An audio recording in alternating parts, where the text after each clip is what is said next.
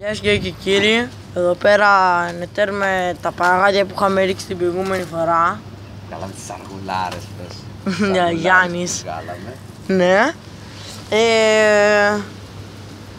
Έχουμε τώρα κάνει καμία 30, είναι 30, 35, 40, ναι. Έτσι είναι. Αυτό Γιάννη κατά πότε το βλέπουμε, όταν φτιάξει ο καιρός, γιατί βλέπετε Ναι, μόλις φτιάξει ο έχει καιρός. λίγο αέρα, έχει συννεφιά. Μόλις φτιάξει ο καιρός θα φύγουμε κατευθείαν, Αντώνη, κατευθείαν, στην ξέρα πάνω. Γέρα μου. Ψάρι. Στην ξέρα πάνω έχουμε πάει, Αντώνη, κατευθείαν. Εκεί που κάνει τα ρουφόστηρα. Εκεί στα ρουφόστηρα, Άρε εκεί Γιάννη. θα πάμε. Ναι. Γέρα μου, η δουλειά μας είναι να τα μαράνουμε πάλι. Αυτό πρέπει να το λέμε κάθε φορά. Μα είναι η δουλειά μας αυτή, ρε Αντώνη, η δουλειά μας είναι αυτή. Ναι, δουλειά. Ξέρουμε να κάνουμε κάτι άλλο, δεν ξέρουμε. Όχι. Αυτό ξέρουμε, αυτό κάνουμε. Αυτό εδώ λέμε φαντάζεσαι να βάλουμε με αυτό το παραγάδι καμία συναγρίδα. Αλήθεια, τώρα θα ανεβάσουμε τώρα ένα βίντεο, όμως δεν το είχαμε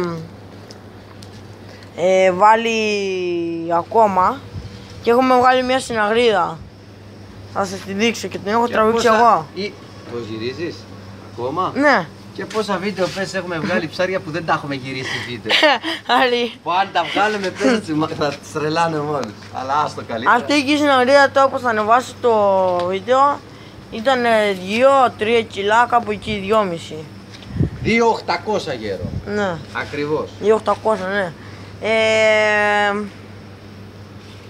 Εντάξει γέρο. Το παραγάδι αυτό εκεί πέρα ήταν παλιό, και το πετάξαμε.